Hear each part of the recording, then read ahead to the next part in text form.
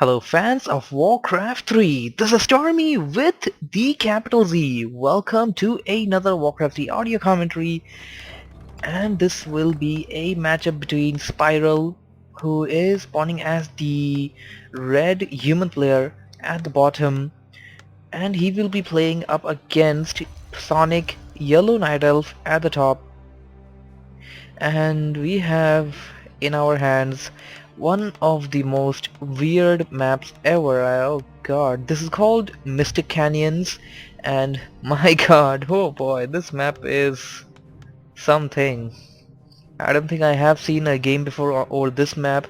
It is from the Ashenvale forest tile set, and that is the reason why we have a number of weird creeps. Where are the weird creeps? Okay, these aren't weird. These are weird. These aren't standard creeps. Alright, both players wishing each other good luck, have fun. Always again. Oh, okay, it doesn't display the message. I think only Sonic wished good luck. Spiral does not wish good luck to Sonic. Anyways, I believe it's just gonna be a pretty much standard DH versus... Oh my god, maybe I was wrong. It is not going to be a standard human versus night elf which goes into Archmage versus DH. It is going to be a keeper of the grove for the night elf player. Sonic seems to be wanting to imply some unorthodox strategy into this game, and let's see how it fares out against Spiral. Spiral, let's go a little into the background. Spiral is from, I just read on Gosu Gamer. He is from Germany, and I believe he is one of the newer players into the professional scenes. I did record a few games of Vaughn. He's from Russia or Germany. I don't quite remember. But yeah, he is one of the other newer players into the game, into this professional scenes, that is. And let's see about Sonic. Sonic is from Ukraine. He has been into the professional scene since quite some time, although he never really managed to win the like big cup, something like WCG, something like ECL and all those stuff.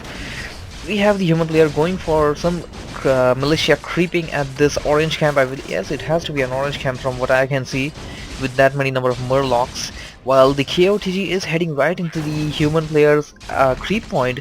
The Wisp over there was giving him the intel, and the Wisp, I believe, is going to detonate over the Archmage. I believe he's waiting for a good...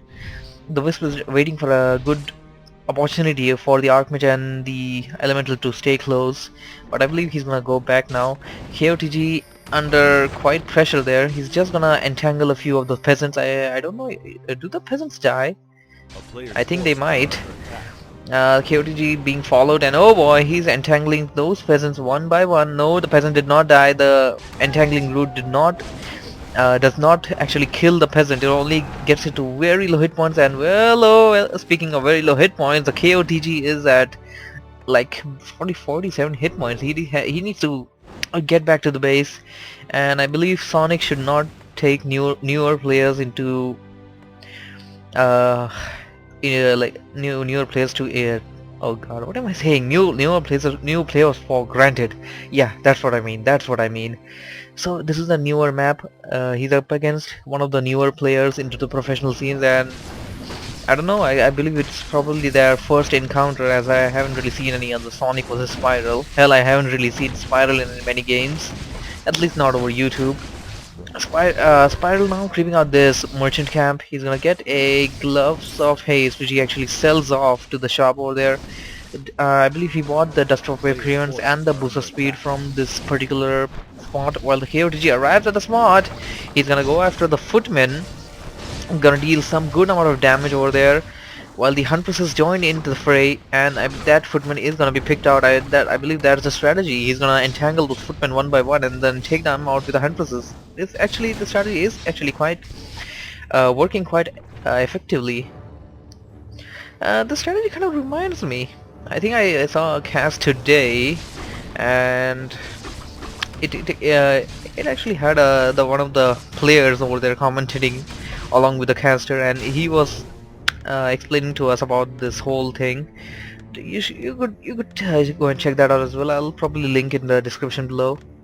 So yeah, the strategy, it's pretty much the same, because I kind of remember this whole strategy KOTG with mass huntresses, and but I don't really know how like it's gonna work against human. That game was up against orc, and well, it did work out pretty well.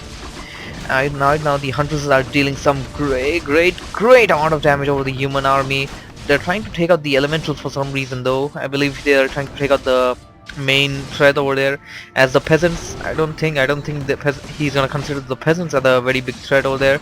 Human player wisely transitioning into riflemen, getting those riflemen to counter away those huntresses. Riflemen are the perfect counter for huntresses, and they work as a pretty good tier 1 unit, even when you're even in your middle game and all. So now, right now, the KOTG was almost surrounded over there, and oh boy, like look at the carnage at the human player's base. Human player needs to do something to get control over here, need to like get the Nidal player out of this place. Oh my, Nidal player is right now doing a lot of damage over there. He's trying to lure away the human army, and you don't fall for this. You do not fall for this. He's just trying to lure away the human army, and he managed to actually sneak in there from the back and killed a few of those. Best game of my life. Oh boy. Spiral just called this the best game of his life. Oh well. Let's see just how it ends up now. And what are I pinging at? Oh boy, well, a mistake by Sonic there as well. It does tell us why he hasn't really gotten to the bigger things. Anyways, that hunter's gonna pick up that peasant and should hide away, if you ask me. And no, not gonna hide, he's gonna die over there. I believe the hiding wouldn't have been that effective either, because it's almost daytime. Human player would have killed it within a few seconds, and well, this is just what I was saying. Come on, daytime. Come on, daytime. There you go, daytime. Goodbye, Huntress. Human player getting the sidekick hero, Mountain King. Kind of offensive, if you ask me, calling the Mountain King a sidekick. He's the freaking Mountain King. He's more than a sidekick. Anyways, jokes apart. Right now, the Nidal player. Did he get a second here? Did he even like get to tier 2? No, he did not get to tier 2 yet. He is underway, and he's actually making his the Ancient of War stand towards the outer side of the base, making a Ancient of Wonders over there, and getting back to the attack over the human player. And why the hell do you want to have this big of a gap inside towards the inner side of your base? I mean, just look at it. It's written all over that gap. Come and attack. Come and attack me. Oh boy, human player teleporting right at the perfect location, and well, there. Come on, kill that Huntress. Alright, he managed to kill one of. Oh boy, he didn't manage to kill one. He managed to kill one of them which were escaping, and 3 of them that were trapped inside the fray. That is some good amount of good amount of damage that he dealt to the Nidal army. And well, a TP traded for 3 Huntresses. Oh wait a second, 4 Huntresses. That's a pretty good record in my book. So he did buy a TP over there too. Oh boy, Stormbolt over the KOTG. KOTG has been, oh boy, KOTG gonna die. KOTG is gonna die, and if I am not wrong, I heard a Panda. Yep, Panda has been chosen as the sidekick hero for the Nidal player. Gonna go inside, do some damage with the flaming breath, and using the artificial night right now to probably to regenerate with the moonwells and all. Oh boy, Nidal player is pretty much falling apart right now. Human player in the driver's seat doing a lot of damage to the Nidal base. And as Nidal player is now sitting by the Ancient Protector, I haven't seen those being used since a while, no matter how common they are, that is. And it's pretty much gonna be helping the Nidal player a lot in this defense. He better save that the ancient, and well, here comes the Wisp to the rescue, but the human player attacking the Wisp right now. Were in time to save the ancient, but I don't think I believe I spoke too soon. The ancient will die. Human player still in the driver's seat, demolishing the base of the Nidal player. But oh, what do we see over here? Seems to me like the Nidal player did not give up the fight at the base. He's still getting in there with the panda, getting in there, using that flaming breath and doing and dealing as much as damage as possible. The peasants the militia rather, aren't really leaving the tail of that panda though. Oh boy. Speaking of leaving the tail, the KOTG almost died over there. Oh, Stormbolt! Stormbolt! This should be it. This should be it. This should be it. Oh boy, you gotta be kidding me! It survived with like 15 hit points just by entangling the Mountain King at his face. Entangle at your face. He simply entangled the Mountain King at the face and got away from there. My God, that's insulting to the Mountain King. Right now, the human player, I believe, just got a little too much into the battle, and I believe lost a good number of units. I do see a few corpses, but I'm unsure of to whom they belong to.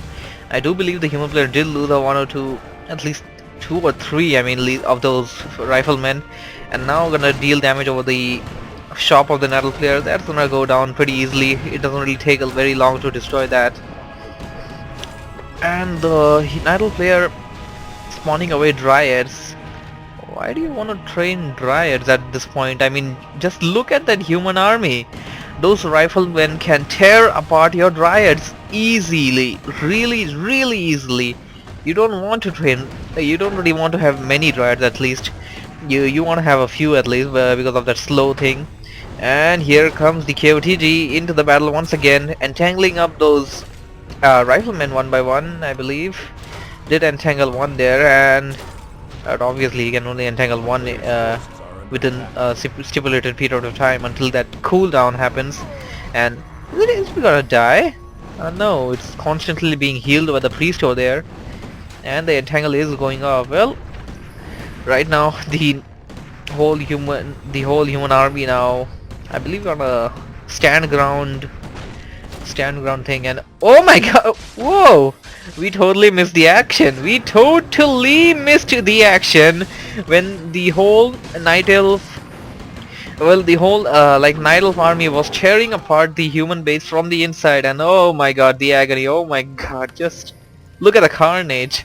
You only have like 3 peasants left, and well, that pretty much tells you on about how much the damage was dealt to the human player, and that's probably the reason why he TP'd back.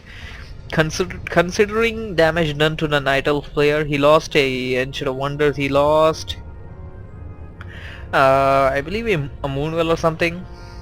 I don't know, I don't think he lost more than 2 or 3 buildings, and at the cost of that he lost almost all of his peasants, compromising his resource collection time, and that's bad. That is really bad. Well, let's see if, oh my God, fire flaming breath. Here comes the MK bolting it, and actually getting ahead of the army. He's gonna oh boy, entangled at your back. Stormbolt or the panda is probably gonna die now. Nice blocking there by the MK, but it wasn't enough, or was it? Yep, it was enough. Idle player still in a pretty bad position, if you ask me. He didn't lose much buildings, but he pretty much has no army right now, and he's like, I believe it's the 3rd time he's having to revive the panda. 2nd or 3rd time. We did see him die once, and oh, human player finally deciding to drop a lumber mill towards the outer end of, or rather that sneaky little corner of his base, which the Idle player was maliciously harassing, or rather abusing, whatever you might want to call it. And oh boy, human army going for the full-on assault over the Nidal base, destroyed the altar. Nidal player has already reached Tree of Eternity, so that won't really matter all that much, since he doesn't really need that for the upgrading and all. the altar, that is. Although he would be needing it for the revival of heroes, which doesn't really matter that much since you have a tavern on the map till some part. It's not like the only way to revive. You get what I mean. Well, human player dealing good amount of damage over those moon wells. A rifle caster working pretty well in this game right now. That ancient of protection, that is, or rather just ancient protector, going down relatively easily. And here come the bears. Oh boy, here come the wisp on the attack, and oh boy, they're gonna drain out all of the mana from those heroes, and also those priests and sorceresses. Oh boy, this is bad. This is bad. Human player losing the control. Nidal player finally getting near to the driver's seat. He is going to gain control, and he has, as the human player is forced to TP back to his base. Nidal player getting back into the game.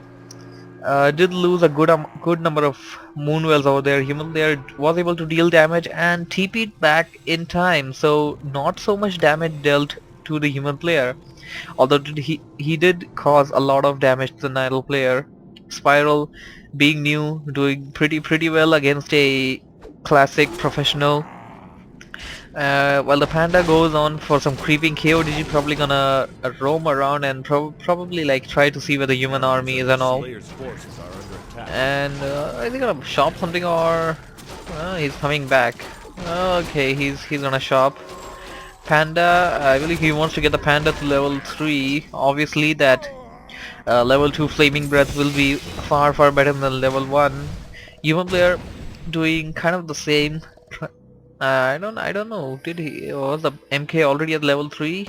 I don't quite remember, but if the MK was at level 3, I mean the Nidal player has to be in a lot of more trouble right now, if it wasn't, that is. Because that level 2 Stormbolt is gonna deal so much damage to the hero, so much damage to everything that Nidal player tries to make and tries to bring into the battle. Every bulky unit of the Nidal player is under danger. Well, his army pretty much has bulky units. The Dryads can't be hit by the Stormbolt, being immune to magic and all. Okay, Nidal player did manage to get his hero to level 3, that is a sidekick hero, and oh boy, Forbog Warrior. Haven't seen this one since a while. Got chaos damage and a few spells and auras or something. And it's pretty strong. It's pretty strong. And oh look, it also has the rejuvenation. Both players pretty much creeping out every possible camp they can come across. And okay, you might wanna dispel that away. Okay, I was about to say he might not have adept magic training, but he does. Didn't really see that coming. I mean, there aren't many times that you actually see the human player going for that adept magic. It's a very low cost spell. And oh boy, when did that ward come over there? Didn't see. Okay, I believe he dropped both of them right away. Yep. He dropped both of them right away. Here come the Dryads dealing damage with the abolish magic over the water elemental.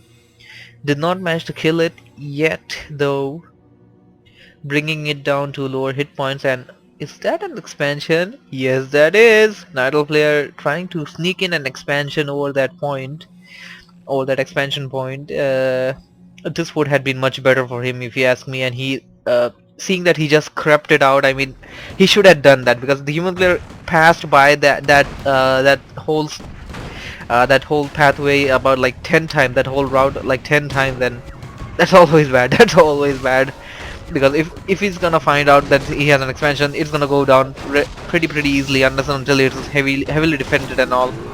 Human player choosing to TP back to the base, while the Nidal player loses one bear in the fight. And I believe that's a spellbreaker. Yep, that's a spellbreaker. Alright, Nidal player could had used that staff of preservation, that is, to save away that bear. And okay, Spiral's gotta be hating on himself for actually putting up that lumber mill now, since his army was stuck and all.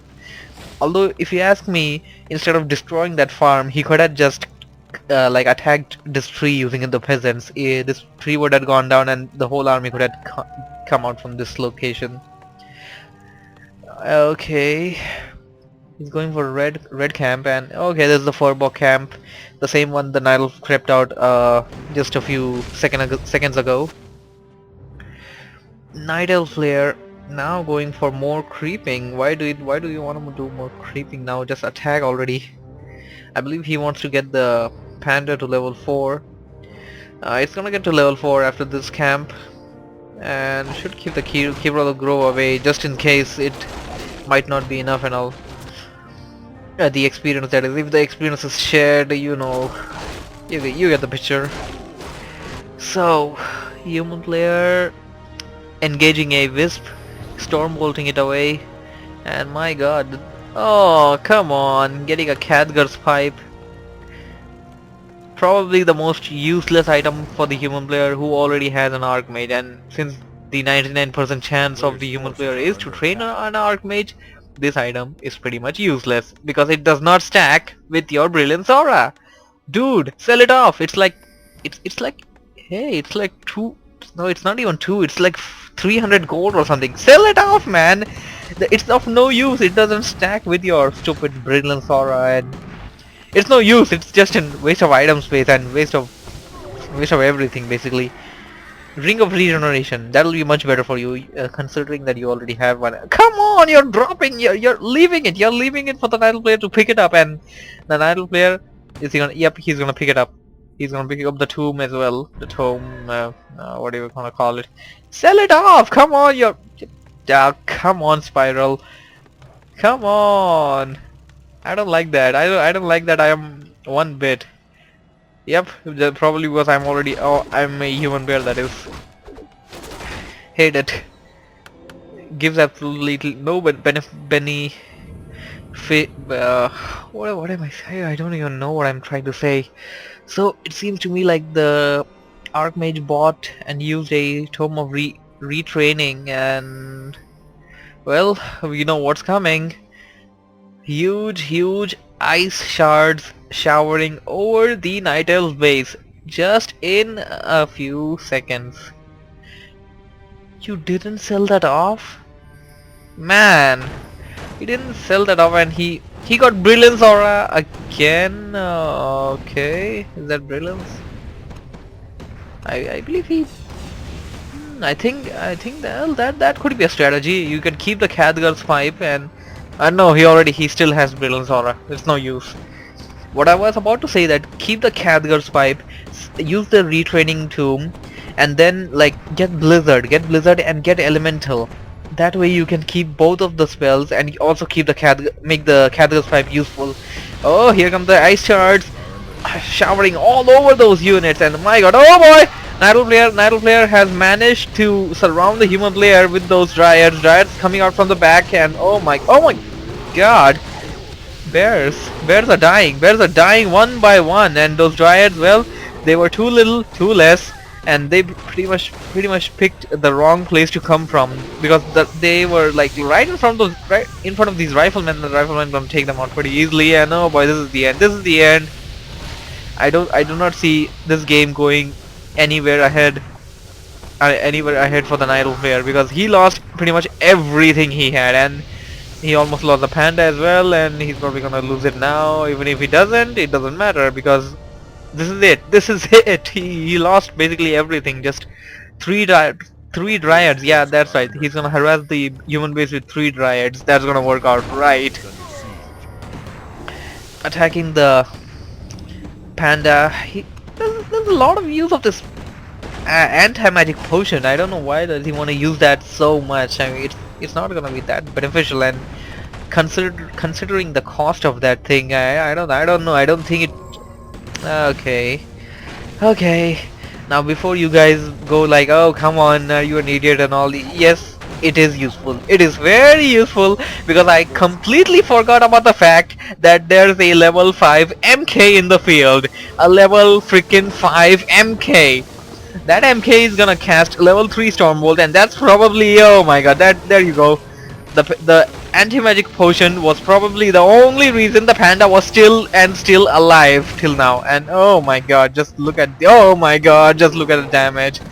Look at the damage. It deals like 50% of the hit points of the Druid of the Claw. It took out 50% of the hit points from the Druid of the Claw just by one spell, man. That is something. And oh boy, oh boy, we know what's coming now. Yeah, level 6 Archmage, he can like mass teleport, and he's still holding on to that catgut's pipe. Sell it off, man, please. It's irritating. And you're a level 6 Archmage. Use your thing. Use your thing, man. Okay, he got up.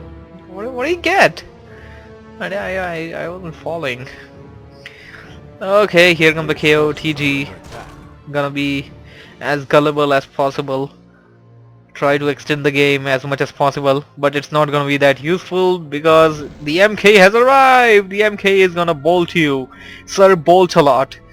Sir Bolt-a-lot is going to bolt you, and he's gonna bolt you, and he's gonna bolt you, and then he's gonna stun you, and there you go down. And then Sir Bolt-a-lot will reach level 6.